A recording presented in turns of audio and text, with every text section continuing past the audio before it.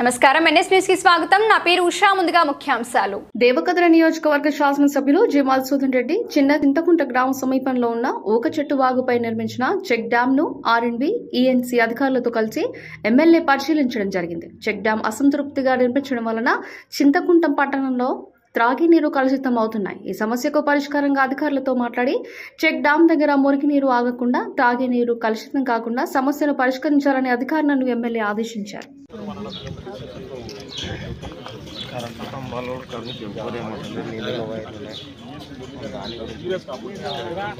కావాలి అన్నప్పుడు నీళ్ళలోనే ఉన్నాయి వైర్.